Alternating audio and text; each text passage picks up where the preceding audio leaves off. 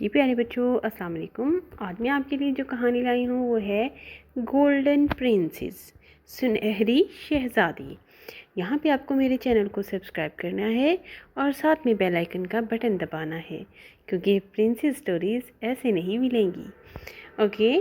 सुनहरी प्रिंसेस की स्टोरी। एक दफ़ा का जिक्र है, एक छोटी सी खूबसूरत प्रिंसेस एक घर में अपनी मामा के साथ रहती थी। इस प्रिंसेस के बाल बहुत खूबसूरत सुनहरे रंग के थे, इसलिए प्रिंसेस को सब लोग सुनहरी गुड़िया कहा करते थे। एक दिन सुनहरी प्रिंसेस ने अपनी मम्मी से कहा, मैं बाहर सैर करने जा रही हूँ, आपके लिए मैं एक गुलदस्ता बना कर लाऊंगी। सुनहरी प्रिंसेस की अम्मी ने कहा, बेटी जल्दी वापस लौट आना और हाँ, ज़्यादा दूर न जाना, ऐसा ना हो कि तुम रास्ता भूल जाओ। सुनहरी प्रिंसेस ने प्यार से अपनी मम्मा के गले में बाहें डाल दी और बोली, अम्मी जान आप फिक्र ना करें, मैं कुछ ही देर में बाद वापस आ जाऊंगी।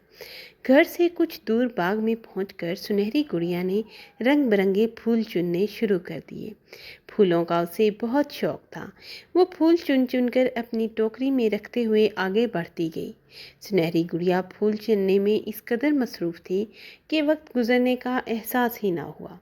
सुनहरी प्रिंसेस काफ़ी ज़्यादा थक गई थी। वो आराम की गर्ज से बाग में बैठ गई। इसे भूख ने भी सताना शुरू कर दिया था। अचानक सुनहरी प्रिंसेस ने देखा कि बाग के एक कोने में एक खूबसूरत घर था। सुनहरी प्रिंसेस इस घर के दरवाजे तक गई और दस्तक दी, लेकिन काफ़ी मर्तबा पर दस्तक देने के बावजूद किसी ने दरवाज़ा ना खोला। तो इसने ताले के सुराख से अंदर झांक कर देखा। वहाँ सुनहरी प्रिंसेस को कोई नज़र ना आया। इसने दरवाजे का हैंडल दबाया तो दरवाज़ा खुल गया। प्रिंसेस घर के अंदर दाखिल हो गई। घर के अंदर दाखिल होते ही प्रिंसेस को खूबसूरत भीनी भीनी खुशबू आने लगी। इसने आगे बढ़कर देखा, एक खाने की मेज़ पर 3 बाउल रखे हुए थे। इनमें खाने की मुख्तलिफ अशिया मौजूद थी। मेज़ के गिर्द 3 कुर्सियाँ पड़ी थी। सुनहरी प्रिंसेस बड़ी कुर्सी पर बैठी, लेकिन वो इसे पसंद ना आई, क्योंकि ये बहुत ही सख्त कुर्सी थी। फिर वो दरमियाने साइज़ की कुर्सी पर बैठी, लेकिन इसे वो भी पसंद ना आई, क्योंकि वो इतनी नरम थी कि सुनहरी प्रिंसेस इसमें धुंस गई। आखिर में वो छोटी सी कुर्सी पर बैठी, लेकिन ये क्या, कुर्सी तो बहुत ही नाजुक थी। वो सुनहरी प्रिंसेस का वज़न न सह सकी और टूट गई। सुनहरी प्रिंसेस ने जल्दी से आगे बढ़कर बड़े बाउल में से एक चमचा भरकर मुंह में रखा, जो इतना गर्म था कि इसकी ज़ुबान जलने लगी। सुनहरी प्रिंसेस ने इसको छोड़कर दरमियाने साइज़ के बाउल में से एक चमचा लेकर चखा, लेकिन इसका जायका इसे पसंद ना आया। अब इसने छोटे बाउल में देखा, इसमें बेहद लजीज सूप था। सुनहरी प्रिंसेस ने सूप का बाउल उठाया और जल्दी जल्दी पीने लगी। सूप पीने के बाद सुनहरी प्रिंसेस घर के दूसरे कमरे में गई। एक कमरे में 2 बेड थे। सुनहरी प्रिंसेस ने सोचा, भूख तो ख़त्म हो गई है, अब कुछ देर आराम कर लेना चाहिए। वो बेड पर लेट गई, लेकिन फ़ौरन ही उठ बैठी, क्योंकि वो बहुत ही सख्त था। इस पर लेटकर आराम नहीं किया जा सकता था। अब सुनहरी प्रिंसेस दूसरे बेड पर जा लेटी, लेकिन इस बेड पर भी इसे आराम का एहसास न हुआ। वो उठी और घर के दूसरे कमरे की तरफ चल दी। एक कमरे में सुनहरी प्रिंसेस ने देखा, एक निहायत खूबसूरत नरम गुदाज बेड था। सुनहरी प्रिंसेस इस पर लेट गई। ये बेड में बहुत ज़्यादा आरामदेह था। जल्द वो गहरी नींद की आगोश में चली गई। ये घर दरअसल भालुओं का था, जो कि भूतों के भालू थे। यहाँ एक छोटा भालू अपनी अम्मू अब्बू के साथ रहता था। वो सैर करने बाहर गए हुए थे। जब वो वापस आए तो उन्होंने देखा कि घर का दरवाज़ा खुला हुआ है। भूतों के भालू थे। अंदर दाखिल होते ही इन्हें अंदाज़ा हो गया कि घर में इनके कोई दाखिल हुआ है।